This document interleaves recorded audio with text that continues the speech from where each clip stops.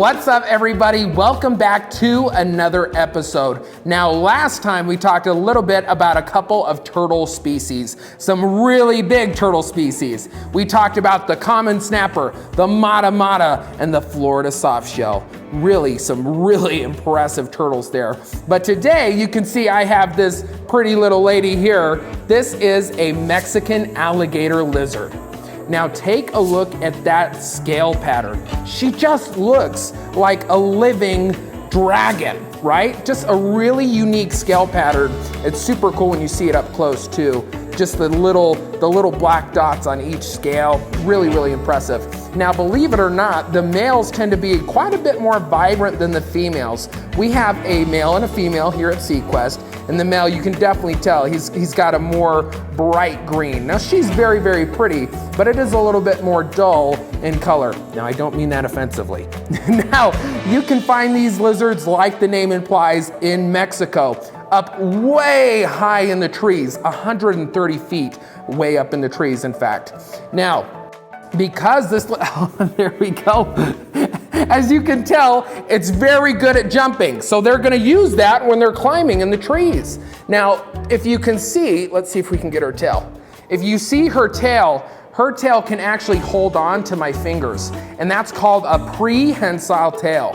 We've got a couple animals here at seaquest that have that prehensile tail, but it's gonna help her climb, right? She's got some very, very good claws too. You can see that she can be very quick if she needs to be. Now that's a pretty common trait of insectivores because they've gotta hurry and grab that insect before they get away. So you can tell she's very, very nimble and fast. This is a quick lizard who's very good at climbing. You can see she's just kind of doing her own thing. I'm pretty happy with how calm she's being, knock on wood, right?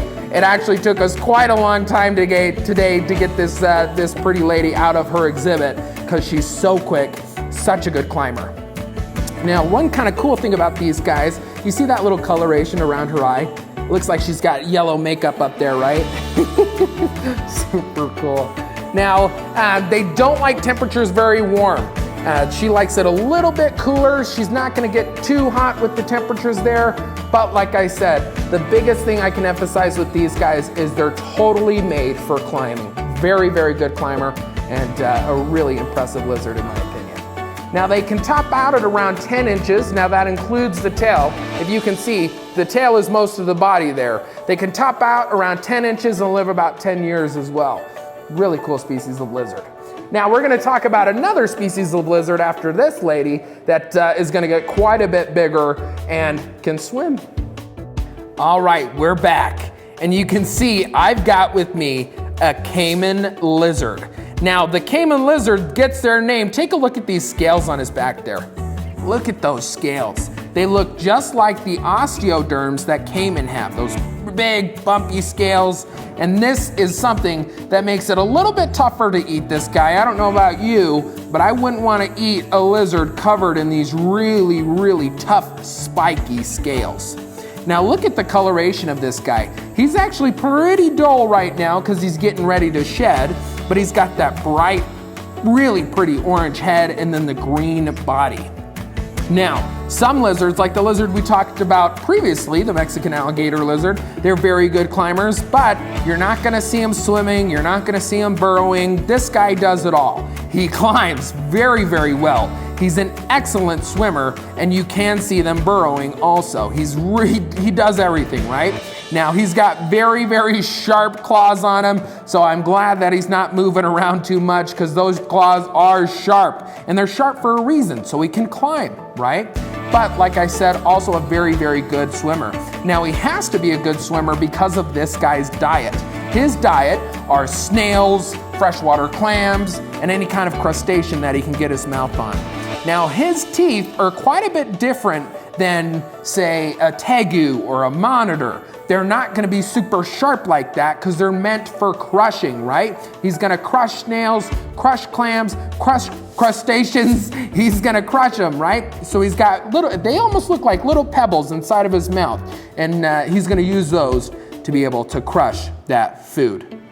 Now, he's got quite a long ways to grow. These guys can top out at around 4 feet long and 10 pounds. So that's a very, very big lizard. And like I said, this guy, he's super, super sweet, which is probably a good thing because they have incredibly strong jaws to be able to eat that really tough food. You've got to be able to have a strong jaw if you're going to be eating clams and crustaceans and things with a really tough outer layer. So that's why his jaws are nice and strong. But as you can see, he's just a sweetheart, chilling out, hanging out over here. You can find these guys in South America, specifically in Peru. But wow, a cool, cool species of lizard. One of the cool guys we have here. So today, we talked a little bit about the Mexican alligator lizard, how they're built for climbing. They can stay 130 feet above in the trees, and that's pretty much where they're gonna stay for their whole entire life. They're insectivores, very, very quick. On the other hand, we have this guy here who's a lot more chill, just hanging out on my arm. He's also a very, very good swimmer. He can also climb and he can dig, so he can do just about everything here. But man, we talked about some really cool lizards today, the Mexican alligator lizard and the Cayman lizard. So make sure, if you're not already subscribed to this channel, subscribe right now. Hit the link and subscribe. Make sure you like this video and share it with your friends. And look at this guy. Oh, his one eye's falling asleep. The other eye's not. I thought it was gonna be cute outro. Never mind. All right, we'll catch you on the next adventure.